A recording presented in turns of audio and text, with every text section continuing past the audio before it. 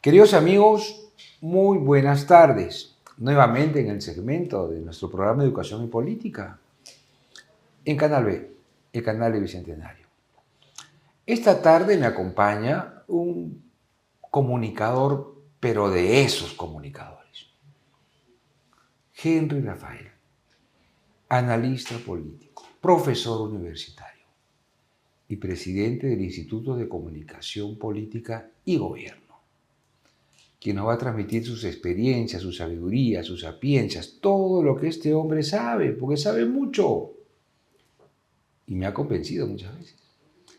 Henry, bienvenido. Bienvenido, Pepe. Un honor estar contigo aquí. No, yo feliz de conversar ante las cámaras contigo. Tenemos una amistad de muchos años.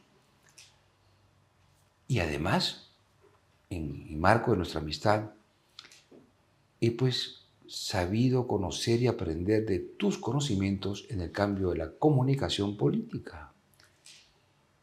¿Cómo te nace la vena comunicadora? Bueno, la vena comunicadora me nace desde el colegio. ¿Ya? Cuando yo no andaba tan bien en otros cursos, comencé a entender que lo mío era entender del periodismo y empecé rápidamente. Yo no tuve que decidir entre qué estudiar. En el tercer año de secundaria yo ya sabía que el periodismo era lo mío, a pesar que era bueno en matemáticas, imagínate. Era campeón nacional de matemáticas. Campeón nacional Sí. de matemáticas. Y pasé a estudiar periodismo. Y terminé la carrera y en medio de la carrera mi primer artículo que fue publicado, siempre lo recuerdo, fue una columna editorial junto a Armando Robles Godoy en el diario El Comercio un domingo, cuando yo tenía 18 años, 17 años. Sí. Entonces, aparte de comunicar, cosa que haces muy bien desde el punto de vista verbalmente y la comunicación no verbal, también escribes. Sí. Escribí. De hecho, yo empecé en el periodismo escrito en el diario El Comercio. De hecho, antes del diario de comercio fui practicante de mi vida en el mundo de la comunicación. Empieza en la comunicación política, paradójicamente, porque mi primera práctica profesional y después trabajo fue en la Dirección de Comunicaciones de Alberto Andrade, en la Municipal de Lima. Allí empiezo a entender lo que es la comunicación institucional, el manejo político, el backstage de las autoridades políticas, y después paso a trabajar al diario del Comercio. Y pasó igualito, ¿no? En el proceso de practicante, meses después fui jefe de área, director de la unidad parte de la unidad de investigación y después terminé en el Diario Comercio como asesor de la dirección general con Alejo Miro Quesada. Y en este mundo de la comunicación política en el cual nos desarrollamos, claro, tú lo haces mucho mejor que yo, pero... Siempre admiro tu modestia.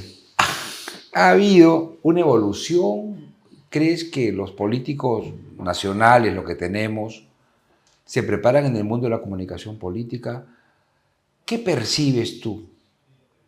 Lo que pasa es que la comunicación política hay que entenderla y creo que todavía no tenemos un entendimiento claro de lo que significa el matrimonio de la comunicación política. Que literalmente comunicación política, yo siempre lo asemejo al desarrollo sostenible. Son dos unidades, ¿no? El desarrollo sostenible, voy a ir un ratito por el lado académico, es la unidad entre todo lo que es producción de desarrollo y todo lo que es sostenibilidad. No es desarrollo sostenible solo sostenibilidad, como no es desarrollo sostenible dar solo indicadores de desarrollo, es una unidad. Y a veces cuando la gente habla de desarrollo sostenible cree que hablar de cantidad de árboles o cuidado del medio ambiente, eso es desarrollo sostenible, y no lo es, eso es sostenibilidad. Lo mismo pasa en comunicación política. Hacer política no te envuelve por default, no te pone un experto en comunicación política, por más entrevistas que des, por más campañas que hayas hecho, por más gestión de gobierno que hagas. Pero haber hecho periodismo, por ejemplo, o haber desarrollado en una unidad de comunicaciones, no te vuelve un experto de comunicación política, porque literalmente es un matrimonio. Hay que entender los estándares de la política. ¿Qué es la política? Hay dos tipos de política, si queremos ser un poco académicos, ¿no? La política vinculada a la política pública, vinculada a los procesos de políticas públicas, eso que hacen los gestores públicos, los que estudian Derecho, Economía, Ciencias, Administración, etcétera, que terminan haciendo una maestría en gestión pública y desarrollándose como funcionarios públicos. Y el otro es la política vinculada al quehacer de la política, aquella que se trata de campañas electorales, de ganar votos, de ser diputado, congresista, ahora senador, presidente, alcalde, gobernador, regidor, etc. Entonces son dos mundos.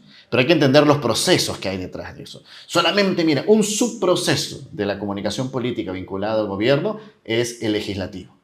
En ese subproceso, quien no entiende el proceso de elaboración de políticas públicas, como quién mejor que tú, que has liderado durante tantos años y durante tantos gobiernos y durante tantos partidos políticos, la Oficialía Mayor del Congreso, donde el quehacer de la legislación política es esencial.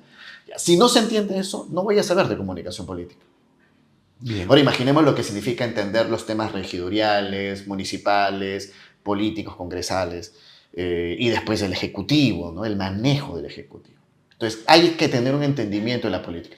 Como tampoco se es comunicador político, si es que trabajé en un medio de comunicación y sé escribir o sé hacer reporterismo, o he sido, no sé, el conductor de un Hay programa. que llegar. Desde un principio, y durante 2 veces, me parece recordar la frase prensa. ¿Hay diferencia entre la prensa y la comunicación política? Mucha. Explícanos, porque mucha gente confunde prensa y comunicación política. Claro, de hecho hay muchas personas, y te aseguro que hay muchos televidentes tuyos que estarán pensando, yo voy a hacer una campaña electoral porque ya estamos con la campaña puesta, y dicen, necesito un jefe de prensa. La comunicación política no es tener un jefe de prensa. De hecho, el jefe de prensa será una unidad de la estrategia de comunicación política. La comunicación política literalmente es la estructura general de campaña. Eso quiere decir que si un candidato quiere ser alcalde, gobernador, congresista o presidente, va a diseñar una estructura.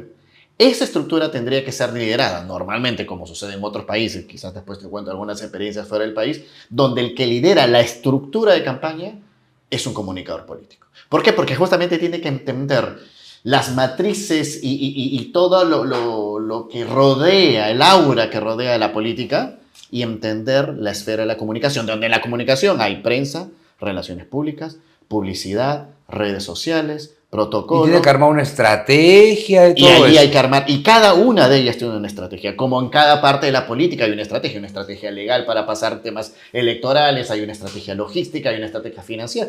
Ese matrimonio se llama comunicación política. Y es un matrimonio masivo.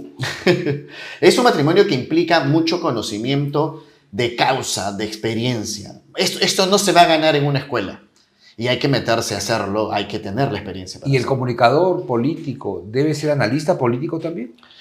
Yo te diría que el comunicador político no es que tiene que ser analista político, pero sí tiene que entender, saber hacer análisis. Y buena tu pregunta, ¿sabes por qué? Porque cuando enseño en las escuelas de posgrado y mis alumnos de las 2 universidades no me van a dejar mentir, siempre les digo, una cosa es opinar y otra cosa es analizar.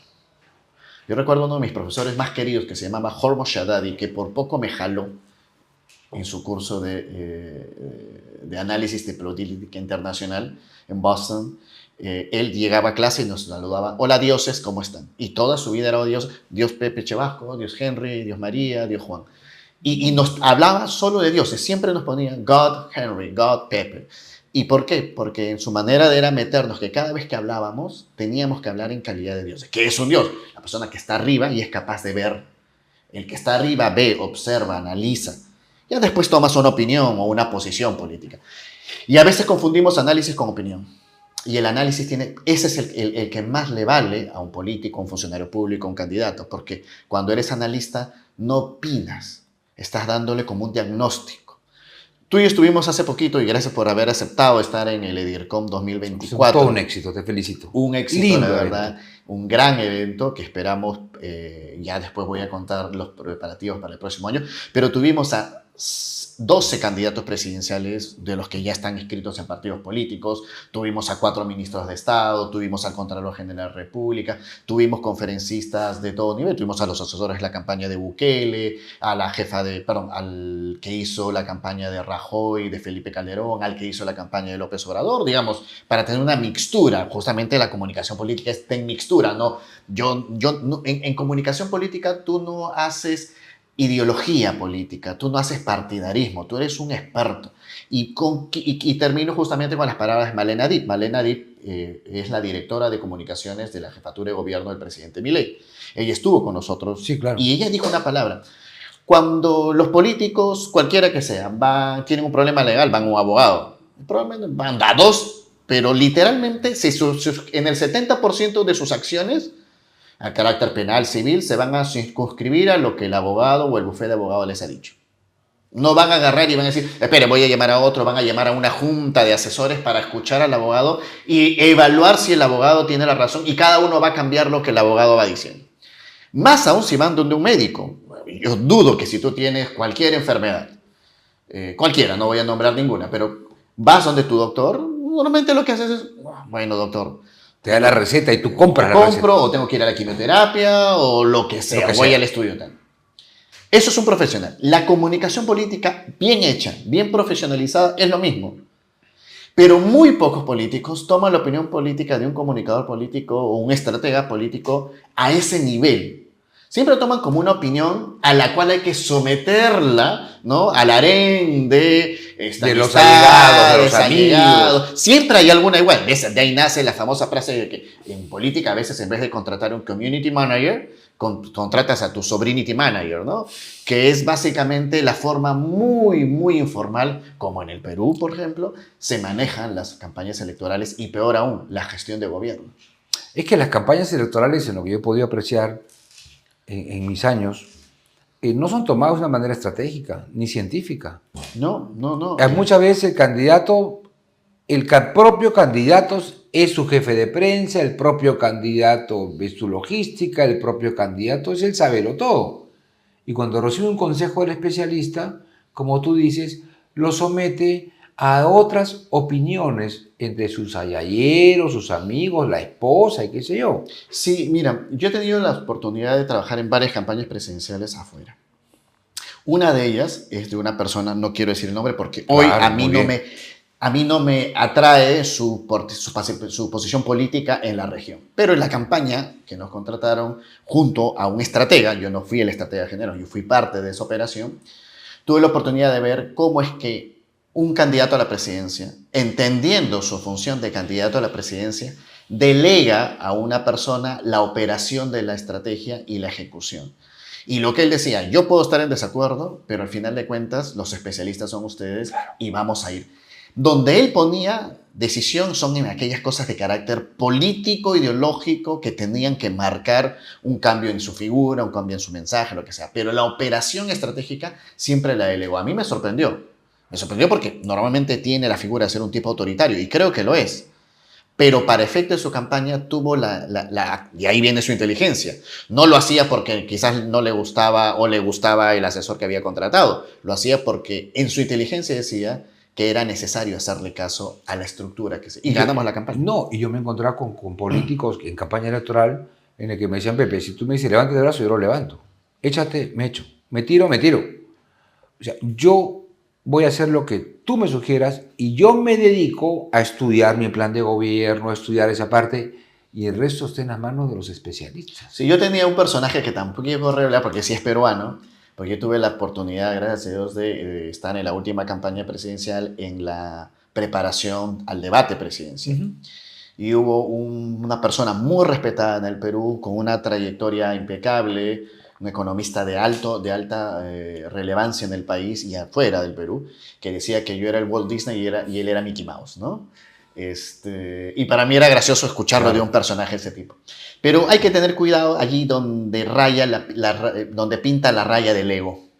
Y los consultores, así como los periodistas, en fin, cualquier personaje que comience a recibir ese tipo de elogios, entre comillas, puede llevar al ego. Y el ego, si el ego es el peor enemigo de un candidato o de un político, el ego es el cáncer de un consultor político.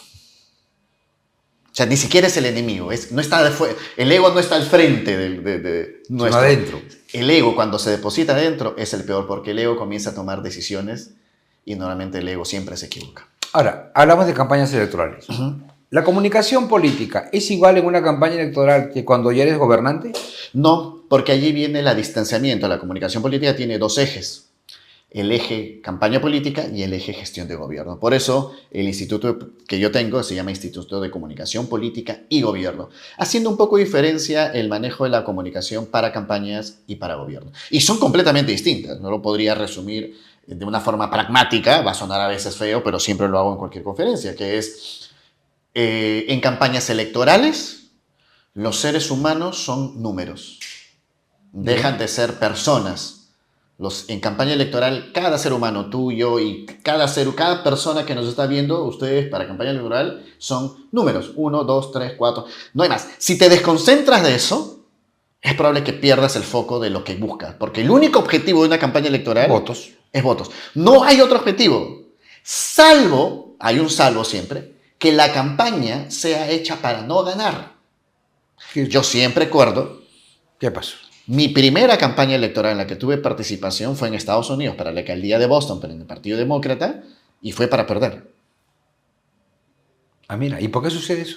Porque lo que quería este candidato era el posicionamiento para poder postular a la Casa de Representantes y en la siguiente elección, que era 1 año, 2 años después, tener los suficientes votos para poder arrastrar. Y eso se hizo. Me ha pasado con candidatos también que buscan eso. Primero quieren estar presente en el escenario. Claro, en la foto. Y no es ganar. Lo que precisan es solamente hacerse conocidos de cara a un proyecto y más grande. Y ese nivel de sinceridad tiene que ver en lo que se llaman los cuartos de guerra. Pero salvo esa excepción, normalmente las campañas están hechas para ganar. Y ojo, que esa campaña, solamente para contarte, estábamos a punto de pasar a segundo lugar y el objetivo era pasar a tercero. Entonces era como retroceder. Bueno, fuerzas. yo he visto a un expresidente de la República que para no ganar, prefirió irse al sur en la última semana electoral que al norte, porque él no quería ganar. Entonces, la política es eso, ¿no? Hay que tener estrategia, siempre. Y la estrategia está basada en cuál es el objetivo y cuál es la meta, que son cosas distintas. Esto es como una empresa. Objetivos, metas, indicadores. Así funciona la comunicación bien hecha. Pero lo que te decía era, esa división te hace ver que en campaña electoral, ustedes, todo lo que están viendo el programa son números, no son personas. El papá de familia, la esposa, el hijo, no nos interesa la familia, no nos interesan los temas, sino nos interesa sumar. Porque el objetivo es único, ganar elección. En cambio, cómo la comunicación política se transforma al 100%, hace un giro de 360 grados, porque en comunicación política para el gobierno, los seres humanos no son números, sino son personas. Y el principio de la gestión pública es el servicio. Y si el servicio está vinculado al cumplimiento de políticas públicas, ergo, todo el esfuerzo de comunicación política es brindarle por lo menos una percepción positiva del proceso y de la gestión pública que se hace. Voy a continuar entre el tema electoral y el tema de gobierno. Campaña electoral. Lo que se sugiere siempre es una vestimenta, digamos, normal. Muchas veces me tocaba, por ejemplo, un candidato que hacía su campaña electoral con un sombrero gigantesco, parecía un charro, pero en realidad era un piurano, ¿no? Entonces, cuando gana la elección, ¿tiene que mantener esa vestimenta? ¿Tiene que cambiar rotundamente porque dice ahora soy un gobernante y ya no puedo estar con el sombrero todo el día? ¿Cómo es esa transición? ¿Tú qué recomendarías? Gratis. Una recomendación. Candidato, ya ganaste. Bueno, voy a hacer una recomendación gratis. Es como el doctor que está... ¿Qué sugerirías? A ver, mira, porque muchos dicen, no, oye, no sé. Vamos a ver tu respuesta. Mira, casi todas las decisiones que yo tomo y mi equipo de trabajo sabe están muy poco validadas en lo que yo creo. Porque lo que yo creo, además, menos en temas electorales, importa muy poquitito. Mi opinión. Mi análisis es distinto. Para análisis yo necesitaría entonces saber cuál es el objetivo del candidato. Yo hacía una conferencia hace muchos años, no hace mucho, ¿verdad? Unos cuantos años, pero les hacía, que se llamaba La Estrategia de Salida. Muy bien. Y siempre preguntaba al auditorio, ¿cuándo ustedes empiezan su estrategia de salida? Y casi todo el mundo decía, bueno, faltando 2 meses al terminal. Bueno, no, la estrategia de salida es el momento en el que ganas. Claro. Esa respuesta, esa metodología, que eso sí no lo voy a contar, pero la metodología que define, una vez que ganaste, qué vas a empezar a hacer, te define el objetivo de a 5 años. Eso quiere decir que si usted, señor José Chabaco, va a ser elegido presidente, mi primera pregunta, que por supuesto lo quiero anunciar, no tiene partido, no se ha inscrito, pero es nuestro candidato de los comunicadores políticos. Si tú me dijeras, Henry, ganamos las elecciones, ¿qué hacemos? La pregunta es, ¿cómo quieres salir? Y en base al cómo quieres salir, que tiene ya una variable bien amplia de a dónde quieres dirigir, digamos, si quieres ser rico, pobre, si quieres volver a ser presidente, si después quieres utilizar esto para una función más de carácter, no sé, organización no gubernamental, ayuda, quieres ir del Perú, no sé, las variables son múltiples, a partir de ahí entonces definimos cuál es el perfil de vestimenta. Me pasó con un ganador. Ganamos, Pepito, ¿qué hacemos? Empieza a preparar tu salida. Pues acabo de entrar. No. Empieza a preparar tu salida. Y en función a eso, es una... Pero ¿sabes quién es el enemigo de esto? ¿Quién? Los asesores. El candidato o el político te compra el cuento. Pero el esquema de asesores me ha pasado con ministros de Estado o personajes un poco más alto nivel, ¿no?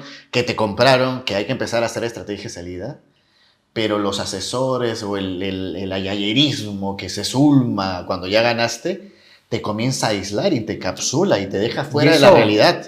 Eso tiene que ver, Henry, con lo que el asesor o también el gobernante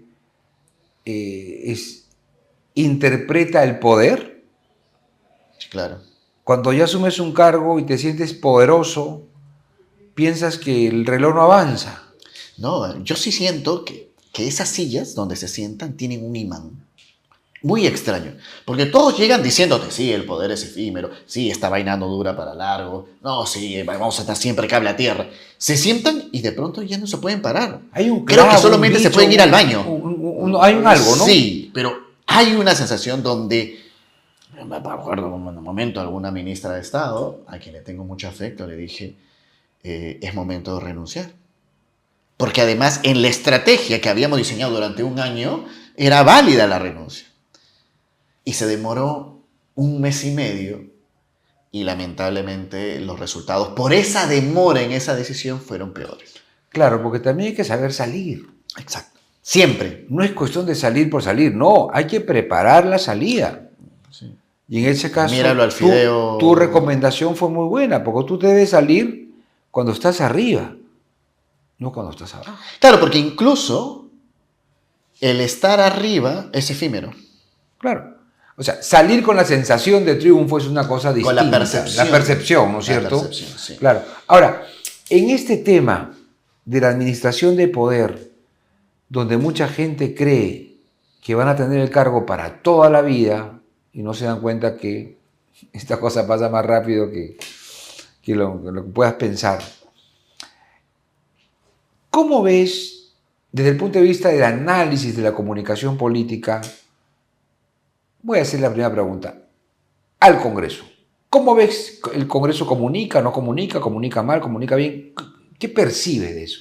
Bueno, empezar siempre comunica. Todo comunica y es verdad, el Congreso comunica y no solamente comunica con su canal de televisión, con sus reporteros, comunica cada congresista, comunica a los asesores del congresista.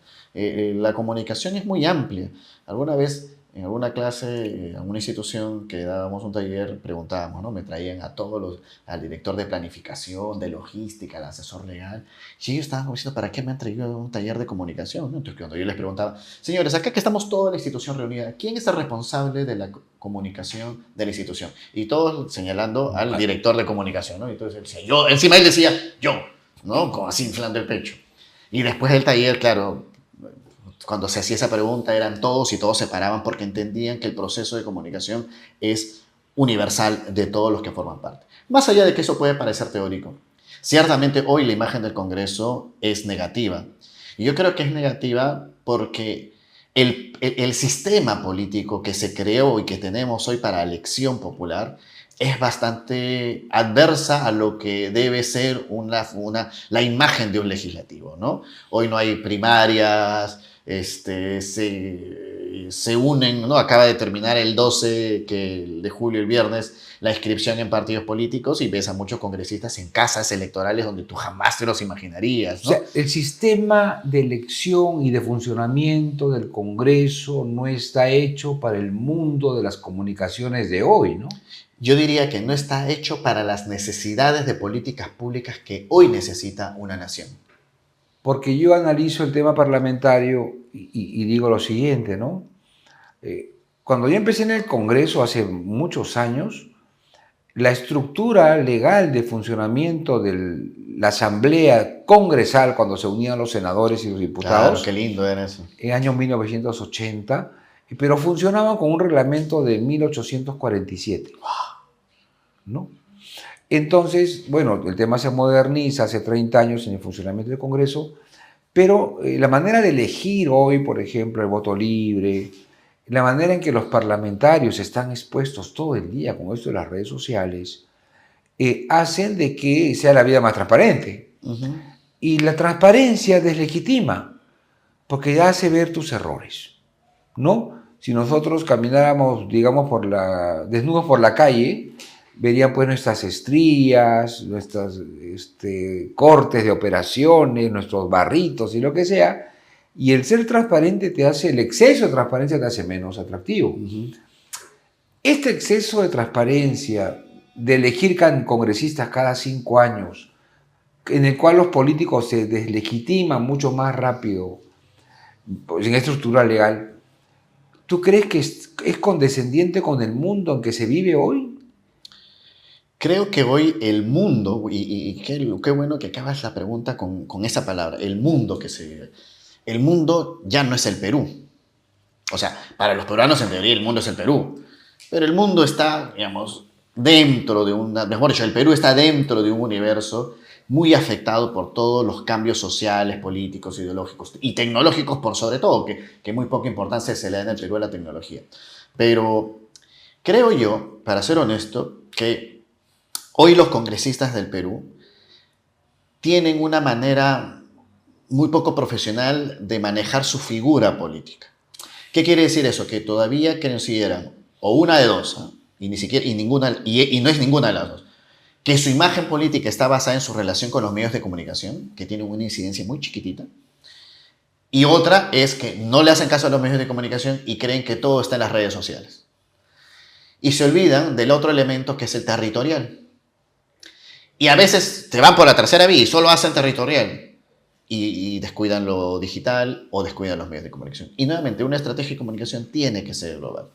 Y tiene que entender que probablemente a nivel perceptual en los medios no me va bien, porque a veces los medios de comunicación tienen ciertas orientaciones políticas, ideológicas. Hoy los conductores en el Perú, no sé si ideologizan, pero opinan más que lo que preguntan. Entonces, hace muy complejo el análisis o el irse a defender o ir a proponer alguna idea en los medios de comunicación. Pero para eso está el vínculo directo con la ciudadanía. Ese vínculo es el que creo que descuidan. A pesar que se manda representación y bla, bla, bla. Pero es que, nuevamente, a ver, no vamos a contarnos cuentos. La semana de representación se van a una ciudad y viene el asesor y les organiza la portátil y hay una foto y tienen 100 personas, pero son las mismas que siempre están y de las cuales probablemente hay 10 o 20 que viajaron a Tumbes, a Cayale, a Cusco y a... ¿Tú crees que el político no se da cuenta, en mi opinión, que el político es 80% comunicador? Yo creo que el ego en el poder los lleva a creer intocables, inafectables, hasta que lleguen las elecciones. Y no se dan cuenta que comunican todo el tiempo.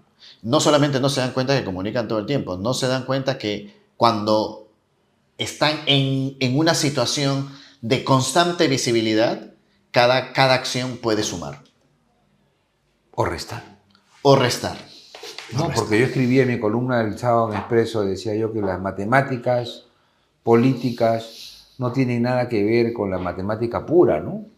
Porque hay sumas que restan en política y otras restas que suman en política, bajo una lógica totalmente distinta, ¿no? Y de otros que veo mucho en los congresistas de la República hoy, que como se dan cuenta, cosa que es real, que para tener populismo, para tener masa electoral, para tener apoyo, no necesitan estar preparados, se dedican más al TikTok, al Instagram, a las redes sociales, a tener un discurso de impacto, pero no se preparan.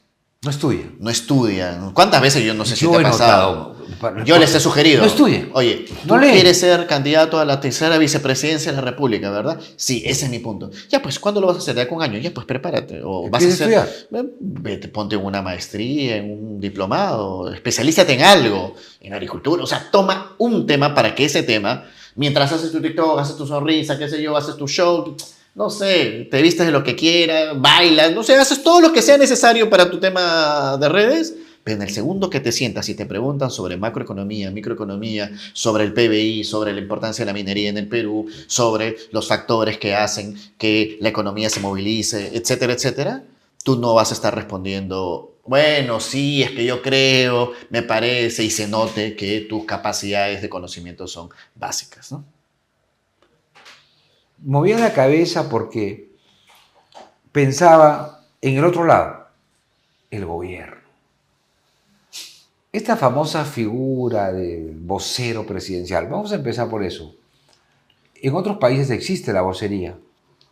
¿Cómo evalúas tú el vocero de la Presidenta de la República ahora? Mira, voy a empezar primero por la parte conceptual. Yo normalmente he sido uno de los que saludan las vocerías, porque además, por esa suerte que me ha dado la vida, yo he sido formado en esta parte de la comunicación política y en el análisis de la política en Estados Unidos. Entonces, entendí mucho de cómo es el proceso de políticas públicas. En Casablanca tienen más de 10 voceros temáticos. Entonces, no, el presidente ni el gabinete se desgasta. Tú no ves a un secretario de Agricultura dando conferencias todos los días, un secretario de Economía. No, son los voceros. Pasa que en el modelo político peruano, el presidente del Consejo de Ministros es el vocero del gobierno y por ende los ministros asumen esa vocería.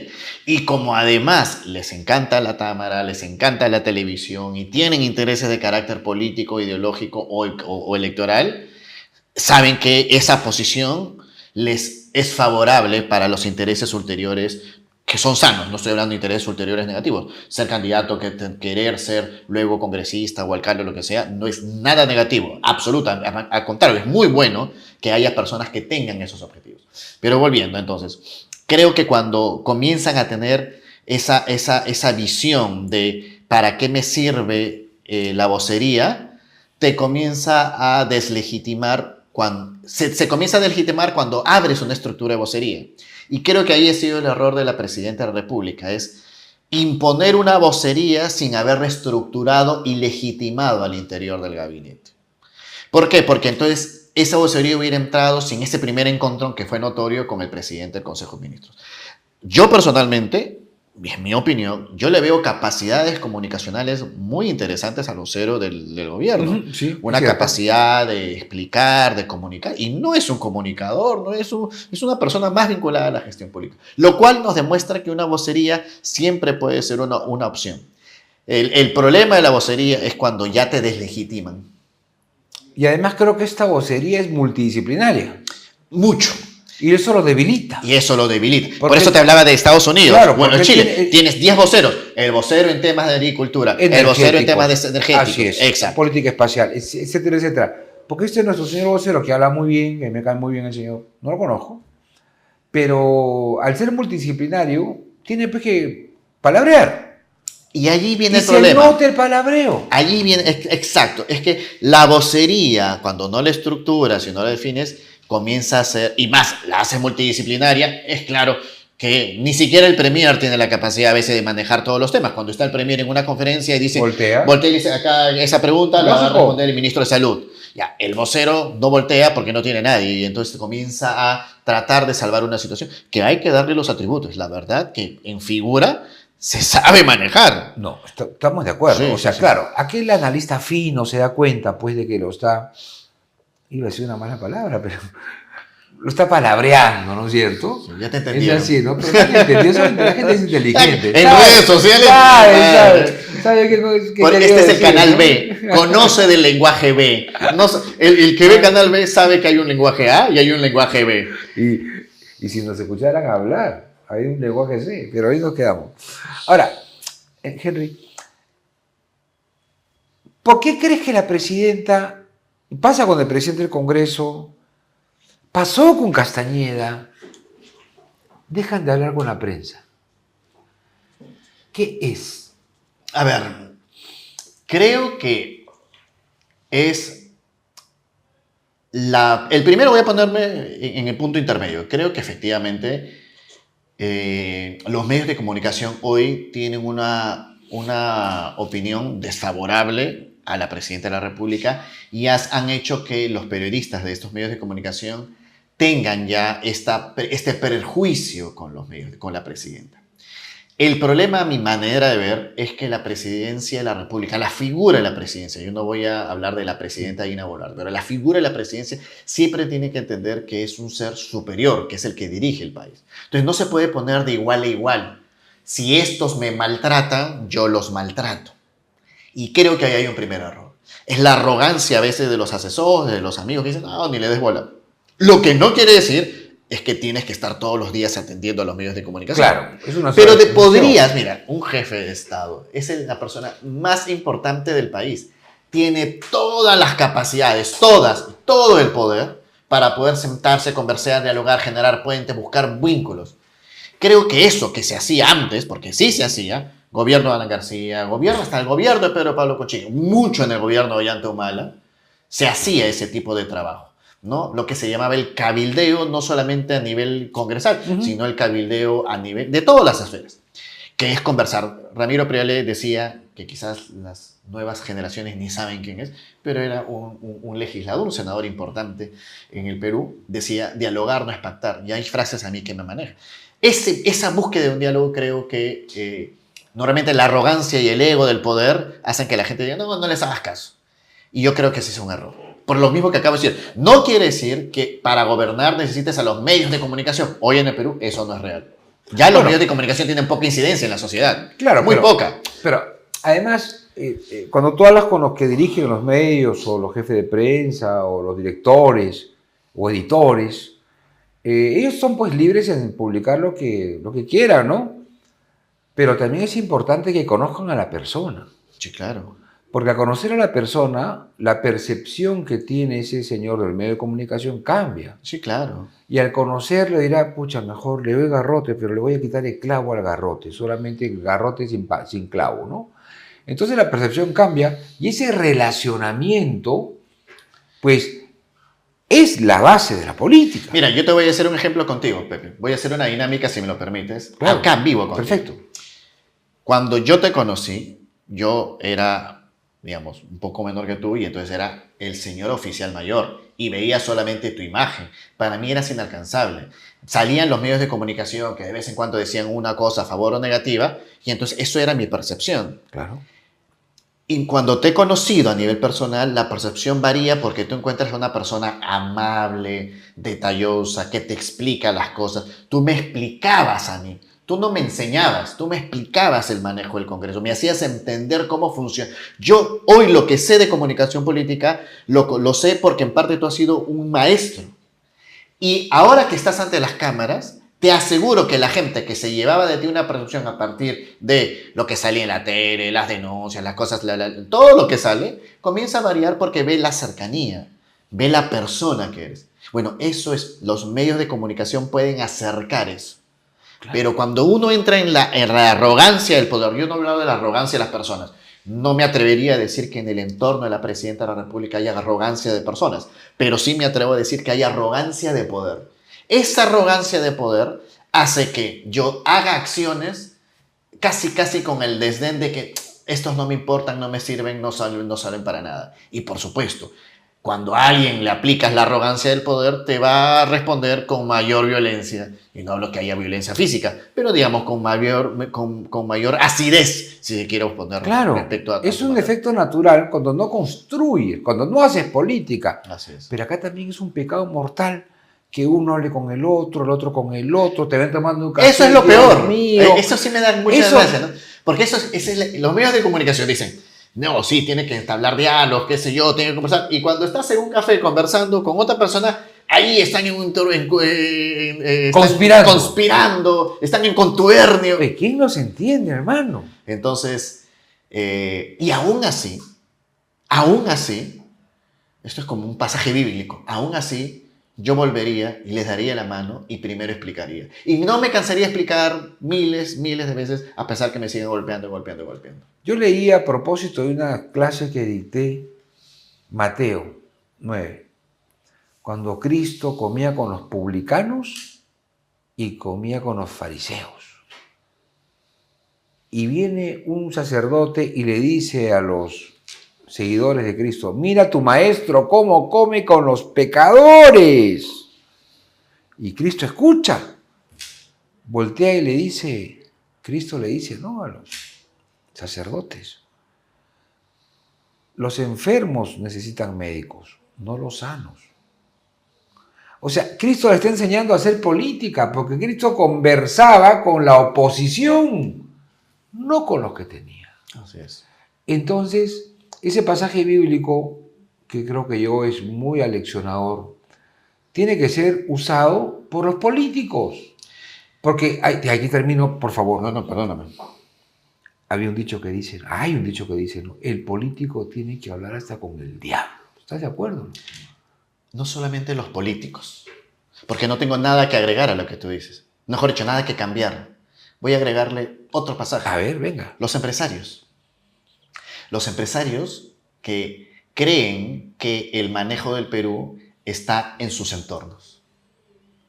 O sea, yo dudo que haya un empresario que con todos los honores y con todo su sacrificio y con todo el trabajo y su inversión y todo lo que le ha costado construir su gran empresa, camine por el Perú a escuchar a los pobres. Y no han construido tampoco ideología, ¿no? No, y lo peor es que cuando tú le dices, hagamos una actividad donde acerquemos a las izquierdas para que dialoguen, no, ese es un indeseable, no. O sea, así como existe la autocracia del poder o la arrogancia del poder, esa arrogancia del poder también está en el ámbito empresarial.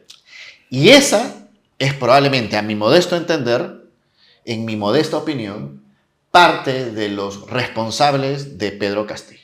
La arrogancia del poder del sector empresarial, que creen que solamente se construye política entre sus propios entornos. Es los mismos entornos que hace 5 años conversaban sobre qué hay que hacer en la política, los mismos entornos que 5 años después siguen reuniéndose y creen que van a lograr algún cambio. En el club de Tobin, ellos mismos. Mira, yo por eso saludo que en el caso del señor Briceño, por ejemplo, el expresidente Confie, se esté generando una opinión muy clara respecto a lo que en ese momento sí debieron hacer los empresarios. Y que lo hicieron. Pero después cada uno comenzó a hacer el pasito lunar de Michael Jackson, ¿no? No. Que es hacer campañas. ¿Y por qué? Porque sí, hay que hacer campañas por el libre mercado, por la conciencia de lo que significa la economía del país. Y eso es lo que hicieron ellos.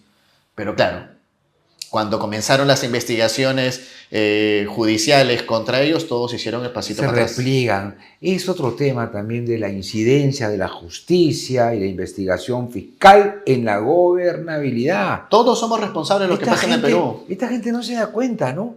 Yo percibo eso, o sea, muchos me dicen, Pepe, pero el presidente del Poder Judicial tiene que ser técnico. Por Dios, ese nivel es decisión política. Lo más gracioso es cuando escuchas que empresarios te dicen, no, es que mis empresas no se pueden meter en política. Por Dios. Y la pregunta que le digo, ¿y entonces tú no tienes un coordinador parlamentario? Ah, es que es otra cosa. Bueno. No, pero otra cosa peor. Ellos existen por una decisión política de libre mercado. Para empezar, vete a cualquier clase de gestión pública y lo primero que se implica es la unicidad entre lo público y lo privado. Claro. Si no existe el círculo virtuoso del desarrollo de una nación, si no existe lo público y lo privado. O sea, es una cosa loco. Henry, tenemos tanto que hablar, caramba. Y el tiempo se acaba. Este programa, como bien sabes, se llama Educación y Política. Ahí está su nombrecito bien bonito atrás. Y yo quería terminar este programa, querido Henry, dándote las palabras finales para que te dirijas a la juventud. Mucha juventud de asco, ay, no soy político, no me gusta, dicen una barbaridad, soy apolítico, dicen, ¿no? Pero otros sí quieren estudiar política, pero no saben qué estudiar, cómo estudiar, dónde estudiar. Aconséjales tus palabras a los jóvenes que nos ven y quieren entrar al mundo de la política, de repente quieren ahí personas que te van a ver ahorita ser el presidente del Perú, ministros, gobernadores. ¿Qué les puedes aconsejar, querido Henry? Sí, te agradezco primero, Pepe, por la oportunidad de hacer algo de docencia en vivo y en televisión. Voy a buscar primero un punto intermedio, pero lo voy a hacer a partir justamente de una clase, ¿no? Yo normalmente cuando entro a mis clases, yo enseño en maestría, yo no enseño pregrado, pero enseño en maestría, con lo cual todos mis alumnos normalmente son ya funcionarios públicos, ¿no? Y lo primero que les pregunto es, ¿quién de ustedes está acá para ser ministro o presidente de la República? Y de vez en cuando hay alguien que me levanta la mano. Y eso para mí es un primer hito muy importante. ¿Por qué? Porque si tú quieres ser autoridad pública electa o te estás preparando para ser funcionario público, en ambos casos, nunca hay que olvidar que el centro de nuestra preparación tiene que ser orientada al servicio ciudadano. Pero a la par, si tú estás ahorita que de casualidad has escuchado porque no te interesa la política, porque ahorita tu amiga o tu novia te obliga, mira esto, o alguien de casualidad le está pasando el clip de estos segundos a alguien que no está interesado en política, a los famosos jóvenes que le llaman alpinismo, por no decir otra cosa, ¿no? Los que ven la política con alpinismo, ustedes me están entendiendo. Entonces, a estos les puedo decir lo más importante. Es esta enajenación que ustedes están sintiendo en la película es normal, es entendible. Claro que hay que entenderlo. ¿Quién no va a querer enajenarse en la política? El único problema es que para que tu futuro, para que tú tengas futuro, para que tú tengas trabajo, para que tú puedas estudiar, para que tú puedas ayudar a tu familia, o si tienes tú ya familia, trabajo y no tienes problemas económicos, pero para que puedas seguir desarrollando, necesitas de la política. Necesitas de ella porque sin proceso de políticas públicas saludables no puedes tener una buena discoteca, no puedes tener seguridad al salir del cine, no vas a poder tener precios acorde al mercado para poder generar consumo, o si eventualmente tienes muy pocas posibilidades económicas y vives en provincias y necesitas que haya una universidad cerca a tu casa, necesitas alimentar a tu familia, eres parte del sistema productivo de tu hogar porque a veces está la mamá, el papá enfermo. Todo eso necesita la política. Entonces necesitamos meternos en la política, pero meternos, como lo decía al principio, con una mirada orientada al servicio ciudadano. Y para eso hay que prepararse, hay que formarse. Y mi primer consejo quizás, y el último de la vez, es ver menos televisión, ver menos noticieros, ver menos entretenimiento y poder discernir entre entretenimiento político, que es todo lo que vemos todo el día, acusaciones, fiscalía, congresistas, corruptos, todo eso es entretenimiento. Porque eso no te va a formar. Lo que te va a formar es estudiar, vincularte al sistema y tratar de entrar a un partido y quizás te vaya mal, pero vas a intentar. Entrar en el campo de la política va a ser siempre importante para poder generar una nueva generación de políticos que tanto necesita el país. Querido Henry, lindas palabras. Gracias por venir a este humilde rincón, querido Henry. Amigos, ya parezco el que narra deportes en RPP. Amigos, sí.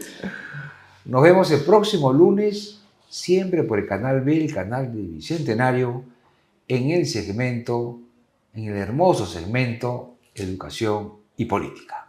Hasta la próxima semana.